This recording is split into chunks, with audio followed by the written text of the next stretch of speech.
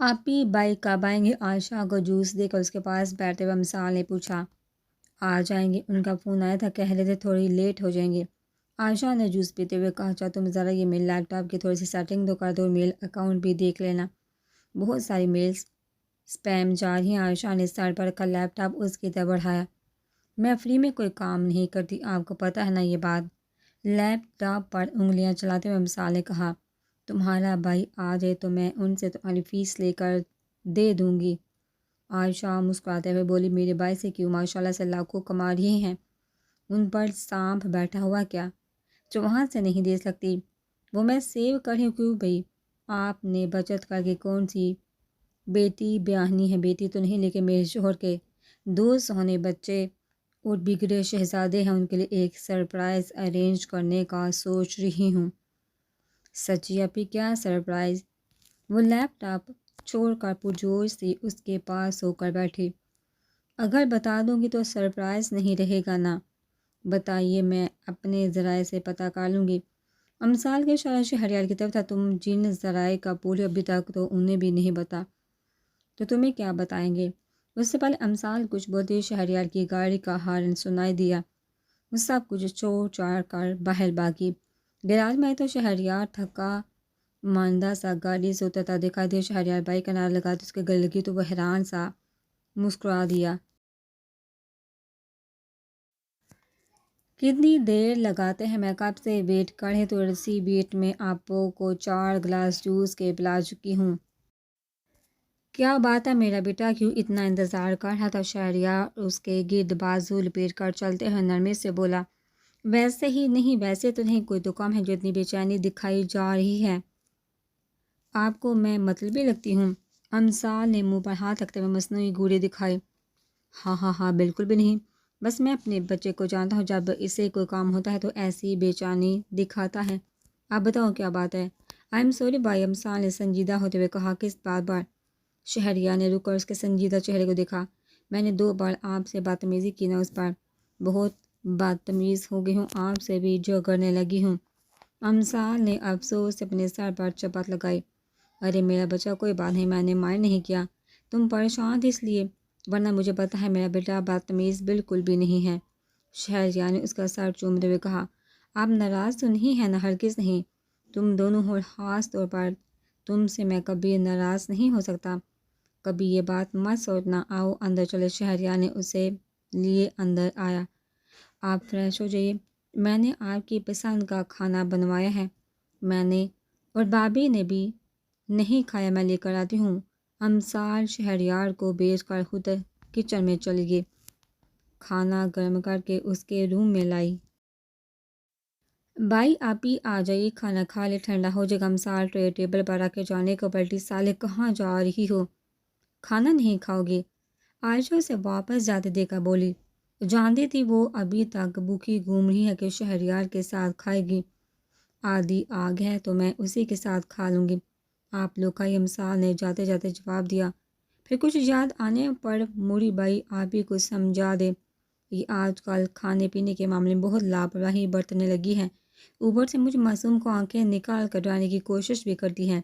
آپ کو پتہ تو ہے میں کتنی نازک دل ہوں، کسی دن میں آپ کو کہیں بے ہوش پڑی ملوں گی، میری پرنسس بہت نازک ہے عائشہ، اس سے یوں نہ ڈرایا کرو۔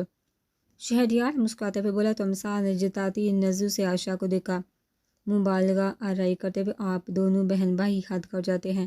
عائشہ ہنستے ہوئے کھانا نکالنے لگی تو امثال بھی باہر نکل گئی۔ سیریس نوٹ، عائشہ میں صحت کے معاملے میں لاپرواہی برداشت نہیں کرتا۔ امثال میڈیسن لیتے ہوئے بہت تنگ کرتی ہے، میں اسے بھی ڈیل نہیں دیتا، اور یہاں تو بات 2 جانوں کی ہے، دوبارہ مجھے یہ شکایت نہ ملے۔ شہریار نے سنجیدہ ہوتے ہوئے کہا، کچھ چیزوں کا ٹیسٹ بہت عجیب سا لگتا ہے، مدلی سے ہونے لگتی ہیں، سالے ڈائٹ ٹیبل کے حساب سے عین ٹائم پر کوئی نہ کوئی چیز لے کر حاضر ہو جاتی ہے، جب تک ختم نہ کر لوں سر پر کھڑی رہتی ہے، اس لیے کبھی کبھی چڑچڑی ہو جاتی ہوں۔ اسے لگا کہ وہ شاید امثال پر غصہ کرنے والی بات کو لے کر سیریس ہوا۔ شہریار نے بے اختیار ماتھا پیٹا۔ عائشہ میں وہ بات نہیں کر رہا ہوں، نہ ہی سالے تمہاری شکایت لگا کر گئی ہے، اس نے صرف تمہاری لاپرواہی برتنے کا بتایا ہے، جانتی ہو وہ بے دلی سے نوالہ توڑ کر کھانے لگی۔ پیٹ میں دوست کی جگہ بالکل بھی نہیں، دوڑ کر نہ کھاتی تو شہریار لازمی پوچھتا، بھابھی آپ کی چائے؟ کچھ دیر بعد امسال ٹرے میں 1 کپ چائے 2 مگ کافی لی حاضر ہوئی۔ دیکھا ایسے کرتی ہے یہ؟ عائشہ نے کپ پکڑتے ہوئے منہ بسوڑا۔ میری کیوٹو سی آپ بھی یوں منہ بسوڑے کتنی کیوٹ لگ رہی ہیں، ہے نا بھائی؟ امسال نے عائشہ کا گال کھینچتے ہوئے شہریار سے کہا، واقعی تمہاری بھابھی کیوٹو ہے، ایسے ہی تو نہیں ہم بہن بھائی کا ان پر دل لایا۔ شہریار نے مسکراتے لہجے میں کہا، امسال مصنوعی انداز میں گلا کھنگالا۔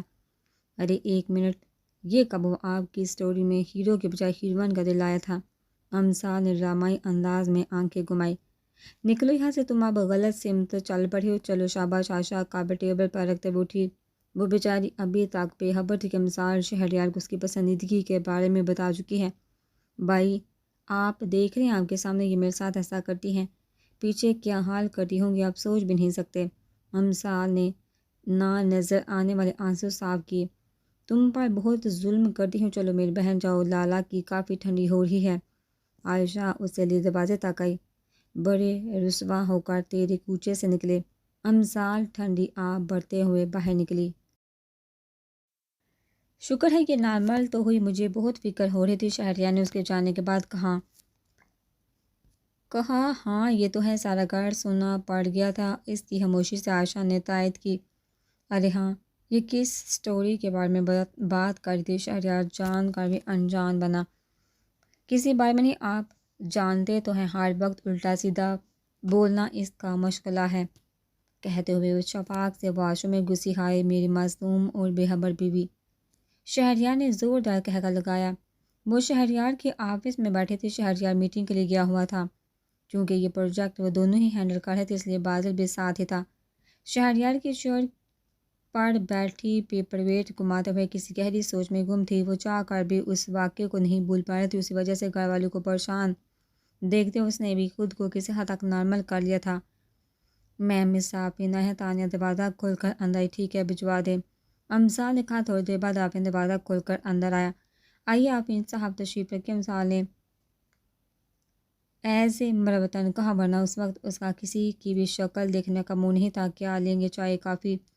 آفرین نے کہا۔ امسال نے فون اٹھا کر کافی لانے کو کہا۔ تھوڑی دیر بعد کافی آ گئی تو وہ کافی پیتے ہوئے فرصت سے اسے دیکھنے لگا۔ جی فرمائیے، کسی سے میں آنا ہوا لوکیشن وزٹ کرنا چاہ رہا تھا مسٹر شہریار کے ساتھ، اس لیے حاضر ہوا ہوں۔ اب اسے کیا پتا تھا کہ دل کے ہاتھوں مجبور ہو کر چلا آیا ہے۔ بائک تو نہیں ہے، میٹنگ کے لیے گئے ہوئے ہیں۔ اوہ چلیے کوئی بات نہیں، میں پھر آ جاؤں گا۔ ایک بات پوچھو، آفرین کو اس کے چہرے کی پھیکی پڑتی رونق اور آنکھوں کی مانند بڑی شرارت کی چمک الجھا رہی تھی۔ جی پوچھیے، کوئی مسئلہ ہے کیا؟ آپ کافی ٹینس لگ رہے ہیں، حالانکہ آپ اتنی سنجیدہ مزاج نہیں، بس ایسے ہی، امسال نے آہستہ سے کہا۔ کوئی بات تو ہے، اگر آپ نہیں بتانا چاہتی تو وہ الگ بات ہے، آفرین نے اصرار کیا۔ کچھ خاص نہیں، بس کچھ دن پہلے میرے ڈرائیور کا انتقال ہو گیا ہے، اسی کو لے کر تھوڑی اپسیٹ ہوں۔ کیا ہوا تھا انہیں؟ آفرین نے پوچھا۔ اسے حیرت تو ہوئی تھی کہ ایک معمولی ڈرائیور کے لیے اتنی پریشانی۔ قتل، امسال نے یک لفظی جواب دیا۔ سیڈ، چلیے کوئی بات نہیں، آپ ٹینشن نہ لیں، یہ تو ہوتا ہی رہتا ہے، آفرین نے لاپرواہی سے کہا۔ کیا مطلب ہے کوئی بات نہیں؟ وہ پیپر ویٹ پھینکتے ہوئے اٹھ کھڑی ہوئی۔ آپ نے شاید ٹھیک سے سنا نہیں آفرین صاحب، میں نے کہا ہے کہ کسی کی جان گئی ہے، دن دہاڑے کسی ظالم نے بے رحمی سے قتل کیا، اور آپ کہہ رہے ہیں کہ کوئی بات نہیں، آپ کو اس بات سے فرق ہی نہیں پڑتا۔ امسال نے چبا چبا کر کہا۔ غصے سے اس کی سرخ پڑتی رنگت اور شعلے اگلتی آنکھیں دیکھ آفرین ششدر ہوا۔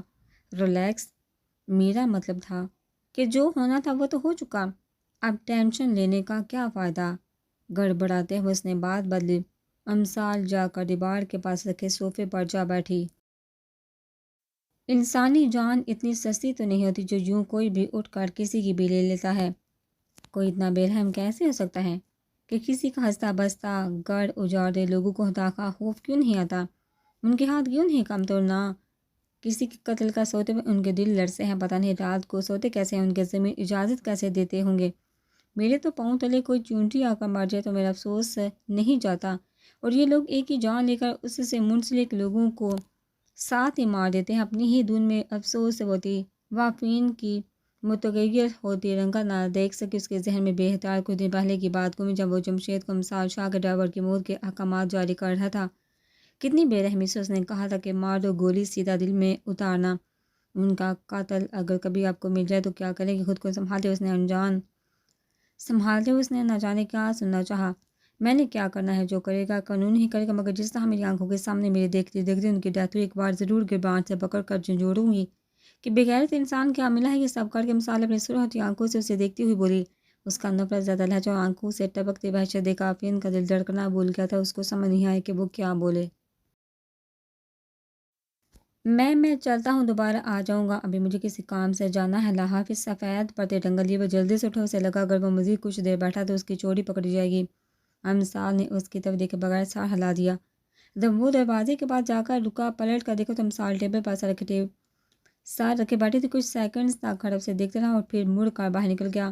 یا رمل، تم کیوں دل پر لے رہی ہو؟ جانتی تو ہو ان کی عادت ہے ایسی باتیں کرنے کی۔ وہ ٹھیک ہی تو کہہ رہی ہیں، آج ہی 6 سال ہو گئے شادی کو، اب تو جو بھی ملتا ہے پہلے بچوں کا ہی پوچھتا ہے، کیا ہوا ہے اسے؟ زریاب نے بڑھتے ہوئے پوچھا۔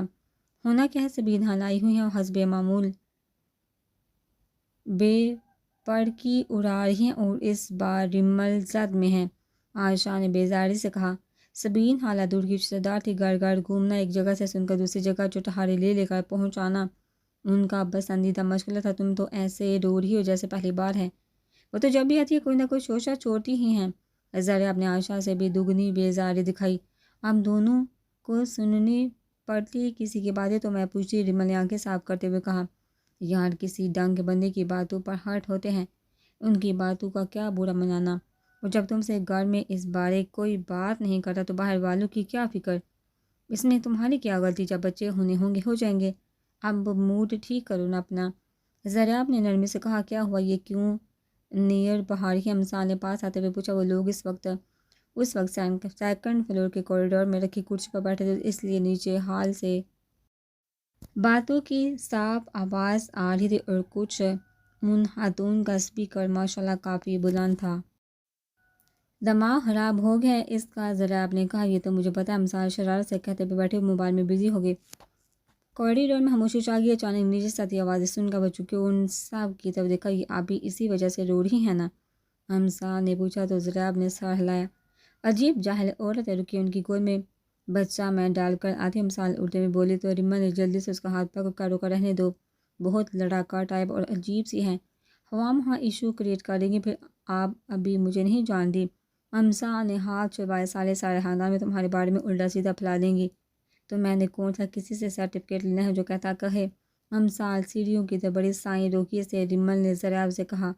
جانے دو، سبین حال ایسے باز بھی نہیں آئیں گی، ویسے بھی صاحبی ان کی عادت سے واقف ہیں۔ زریاب نے اٹھتے ہوئے کہا۔ آپ کہاں جا رہے ہیں؟ لائیو شو دیکھنے کا اتنا اچھا موقع میں تو مس نہیں کر سکتا، آ جاؤ تم دونوں بھی۔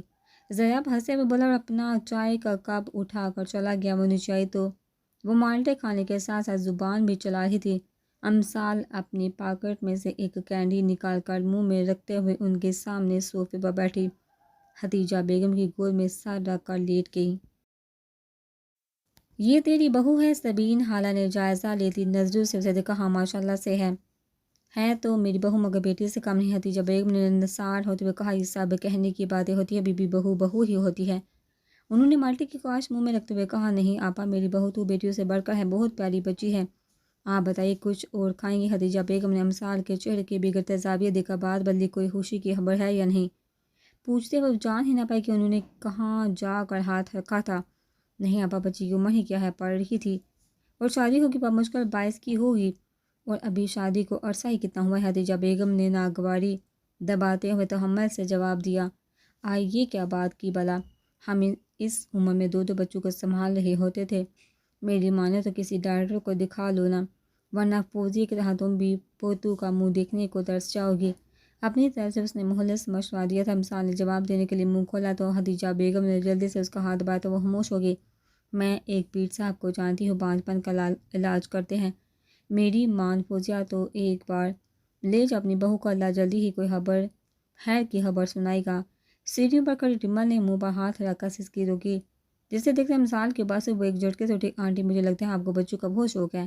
نہیں صالح، حتیجہ بیگم نے اسے روکنا چاہا، نہیں حالہ بات تو کرنے دینا۔ اور آپ جو یہ گھر گھر جا کر دوسروں کی بہو بیٹیوں پر نظر رکھے ہوئے ہیں، کسی کے ہاں بچہ ہونے والا ہے، کس کے ہاں ہو گیا، اتنی حجل حواری سے بہتر نہیں کہ آپ اپنا بچہ پلان کا لیں۔ مثال نے حاسی سنجیدگی سے کہا۔ اس کی بات پر جہاں سبین حالہ حقہ بقا رہ گئی، وہیں چائے پیتے ذرائب کو بھی اچھا لگا۔ حتیجہ بیگم نے رخ موڑ کر مسکراہٹ دبائی۔ مثال نہ کرو، حاجہ شاہ نے ہنسی روکتے ہوئے مصنوعی کوری دکھائی۔ نہیں دادو، یہ جو کافی دیر سے بچے بچے کی رٹ لگائی بیٹھی ہیں تو ان کو چاہیے کہ ایک بچہ پیدا کر ہی لے۔ ایک تو ان کا شوق پورا ہو جائے گا، بچے کے پیمبر دودھ پیڈر اور دوسرے کاموں میں مصروف رہیں گی تو 4 دن لوگوں کو بھی سکون نصیب ہو جائے گا، دوسرا بڑھاپے کا سہارا بھی مل جائے گا۔ آئے ہائے، میری کوئی عمر ہے بلا بچہ پیدا کرنے کی؟ سبین حالہ نے کسیائی تو حالہ کسی کو بانجھ کہہ کر اسے تکلیف دینے کی بھی آپ کی عمر نہیں۔ یقین کریے، عمر خالص اللہ اللہ کرنے کی ہوتی، اور کسی بھی وقت بلاوا آ سکتا ہے۔ یہ فکر تائی جان کو یا ذریعہ لالا کو ہونی چاہیے، انہیں نہیں ہے تو آپ کو بے چینی کیوں ہو رہی ہے؟ ریمل، آپ کے یہاں اولاد نہیں، اس میں ان کا کیا قصور جو آپ فضول کی اڑا رہی ہیں؟ ویسے بھی اولاد ہونا یا نہ ہونا اللہ کے ہاتھ میں، ہم انسان کیا کر سکتے ہیں؟ اگر آپ صاحب اولاد ہیں تو یہ آپ کی بہادری نہیں، اللہ کی دین ہے۔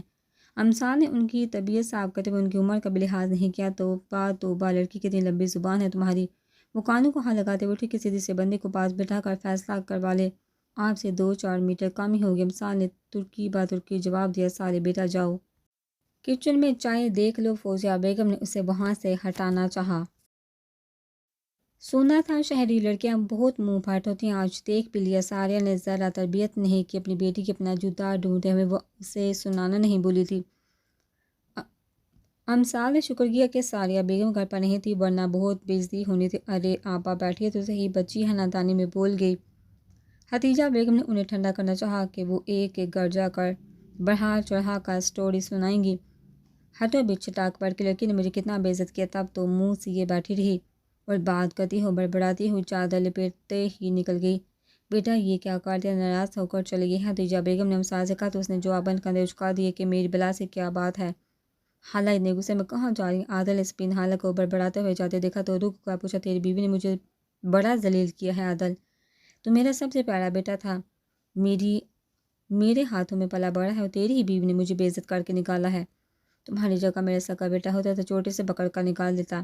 اس نے جاتے جاتے آگ لگائی۔ آپ آئیے، میں پوچھتا ہوں اسے کیسے اس نے بدتمیزی کیا آپ سے، اس کی اتنی ہمت کہ آپ کو بے عزت کر دے۔ عادل نے سنجیدگی سے کہا، رہنے دو میاں، تمہاری ماں تو چپ چاپ سن رہی تھی، تم کیا حق پوچھو گے؟